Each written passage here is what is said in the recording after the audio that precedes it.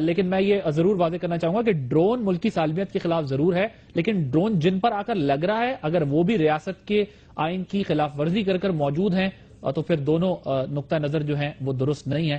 ریاست کی عملداری، اپنا آئین اور اپنا قانون، اس کی عملداری قائم ہونی چاہیے، نہ کہ امریکہ اور بیرون ملک سے آئے لوگوں کی۔ عادل عباسی کو اجازت دیجیے، اللہ حافظ۔